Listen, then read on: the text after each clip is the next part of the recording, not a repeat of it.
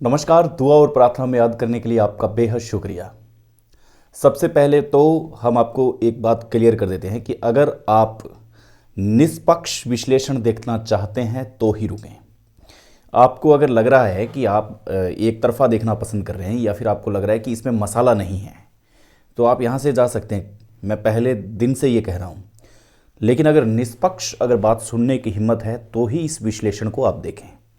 और विश्लेषण क्या कहता है जी, आज चलिए हम चलते हैं उस दौर में जिस दौर की बहुत तगड़े तरीके से बातें हो रही है।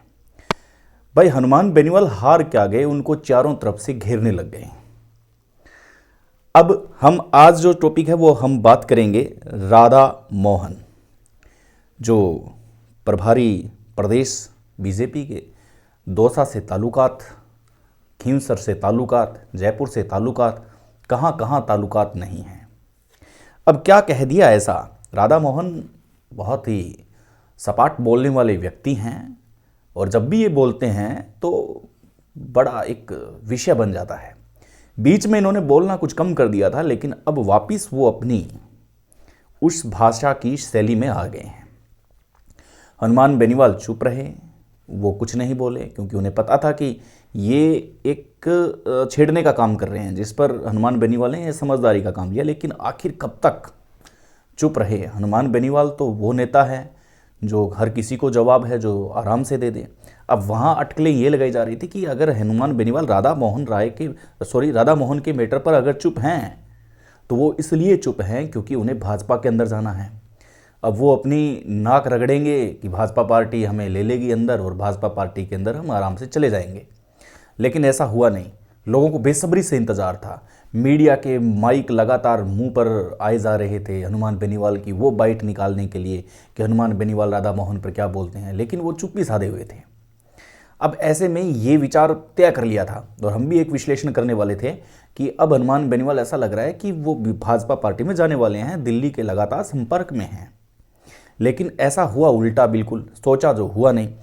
राधा मोहन, अब क्या थी वो बात, ज़्यादा चूं चपाट करेगा तो मार खाएगा, ये बात बोल दी। अब आरएलपी वाले मारेंगे, आरएलपी के जो लोग हैं वो बख्शेंगे नहीं। अब ये जो बात है वो एक तंज कस दिया है। तो हम तो शुरुआत से कह रहे हैं कि हनुमान बेनीवाल भले ही हारे हैं, हनुमान बेनीवाल वर्तमान में सांसद हैं। अगर आप इसको एक दूसरे तरीके से ले रहे हैं कि हनुमान बेनीवाल हार गए हैं, हनुमान बेनीवाल की जो पत्नी है कनिका बेनीवाल वो हार गई है, तो इसके बाद में हनुमान बेनीवाल का करियर ख़त्म हो गया। अरे नहीं जी, कहाँ करियर ख़त्म हुआ। वो संसद में हैं, अभी संसद के अंदर बैठ के देश की चर्चा का जो सबसे बड़ी पंचायत है उसका हिस्सा है वो। अब भारत सरकार को, अब नरेंद्र मोदी को यहाँ पर सोचने के लिए मजबूर होना पड़ेगा कि भाई क्या नहीं हो रहा। आपको पता है श्री कोलायत के अंदर बजरी का मामला चलता आ रहा है, राजस्थान के अंदर हर जगह से चलता आ रहा है। अब जो टोल बचाओ वाला वो सिस्टम है, वो जो हनुमान बेनीवाल पहले भी कर चुके हैं, ये कई ऐसे पॉलिटिकल मुद्दे होते हैं जहां पर एक नेता दूसरे नेता से दबता है। ये बात कहनी बड़ी आसान होती है कि जी हनुमान बेनीवाल ने तो ये कह दिया, हनुमान बेनीवाल की ये बात है, हनुमान बेनीवाल ने वो कह दिया, राधा मोहन ने ये कह दिया। लेकिन ये एक नीचे की स्तर की बात है, लेकिन वो देश की सबसे बड़ी पंचायत में विराजमान है, अभी भी सांसद है। तो आप अगर दूसरे मुद्दे पे लें, जिप्सम लें, अवैध खनन का वो मुद्दा लें, अगर अवैध खनन का कोई भी मुद्दा वहाँ जाके विधानसभा में या लोकसभा में बोल देता है तो फिर उसके बाद में नीचे की स्तर की हालत क्या होती है। वो देश की सबसे बड़ी पंचायत है। ऐसे में आपको एक सिस्टम बताते हैं। जैसे कोई खनन का एक बड़ा क्षेत्र होता है, उस खनन के बड़े क्षेत्र में जैसे जिप्सम निकलती है, अलग अलग जिप्सम खनिज है जो वहाँ से निकाले जाते हैं। तो ऐसे में अगर कोई विपक्षी पार्टी का अगर कोई विधानसभा में बैठा है, अगर वो उस क्षेत्र की बात उठाता है तो उसको दबाने के लिए जी उसके घर तक हजूरी भरनी पड़ेगी। आपको एक ऐसा वाक्य बताता हूँ, आपके समझ में आसानी से आएगा। आपको एक ऐसा वाक्य बताता हूँ जो वाक्य आज आपको सुनना चाहिए। पूर्ववर्ती सरकार राजस्थान में कांग्रेस की थी। अब खनिज के वो क्षेत्र कोलायत के अंदर बजरी और जिप्सम का सबसे बड़ा भंडार, और इसी वजह से कांग्रेस ने वहाँ पर सबसे ज़्यादा, गहलोत सरकार ने वहाँ पर बजट भी दिया था। ऐसे में ये अंदरूनी बात, भाजपा के कई ऐसे लोग थे जो लगातार ऊर्जा मंत्री के संपर्क में थे। महीने टू महीने वहाँ उनकी हजूरी भरी जाती थी, वहाँ उनको दुआ सलाम किया जाता था। और ये बात किसी से नहीं छुपी हुई है, क्योंकि अगर कोई व्यक्ति विधानसभा में बैठा है और वो या ये सिस्टम रखता है कि भाई हनुमान बेनीवाल के पास कितने लोग हैं, हनुमान बेनीवाल अपनी पूरी दमखम को लेकर के अगर धरना दे देंगे, पूरे देश की जनता जागरूक हो जाएगी, राजस्थान की जनता जागरूक हो जाएगी, ये मुद्दा हाईलाइट हो जाएगा, नेशनल मीडिया पे चलेगा। ऐसे में वो लोग बयानबाजी अलग लेवल है करने का, लेकिन अंदरूनी तौर पर दुआ सलाम करते हैं। अगर मान लीजिए, आपको एक सिंपल सी भाषा में समझाने का प्रयास कर रहा हूँ कि यहाँ पर हनुमान बेनीवाल को देखते हैं कि हनुमान बेनीवाल में कितना दम है। अब सिंपल सी भाषा ये है कि जैसे कोई अवैध बजरी का चल रहा है या अवैध जिप्सम का चल रहा है, वहाँ से आपको कमाई हो रही है 100 रुपये की। जैसे रॉयल्टी हो गया, रॉयल्टी अब सरकारी रॉयल्टी 100 रुपये की होगी, और वसूली वो 1600 रुपये जाती है। जो पीछे बड़ा गेम हुआ था, एक लाखू सर के अंदर 800 850 ट्रक एक जगह रुक गए थे। ये बीकानेर का खेल है बजरी के लिए, क्योंकि उनकी सरकारी रसीद से ज़्यादा वसूले जाते थे। और ये बात मीडिया में जिंदा है, ये इस बात के प्रमाण हैं, सबूत है। लेकिन जो पूर्व कैबिनेट मंत्री गोविंद राम मेघवाल, वो बीच में कूदते हैं, उतरते हैं बीच में कि भाई ये इतने मेरी विधानसभा क्षेत्र के इतने ट्रक बंद कैसे हो गए, क्या हो गया। लेकिन फिर वही मान मुंडावली करके वो कहते हैं कि यार चला लो, आप इतने से कम चला लो। तो ये सारी सिस्टम एक पटरी पे बैठ जाता है। ये चाहे सरकार, चाहे कांग्रेस की हो, चाहे भाजपा की हो, लेकिन अंदरूनी साठ गांठ सबकी रहती है। जी हाँ। अब इसमें हम ये कहते हैं कि बात आप देखिए, इसमें जैसे मान लीजिए 100 रुपये एक दिन की कमाई होती है।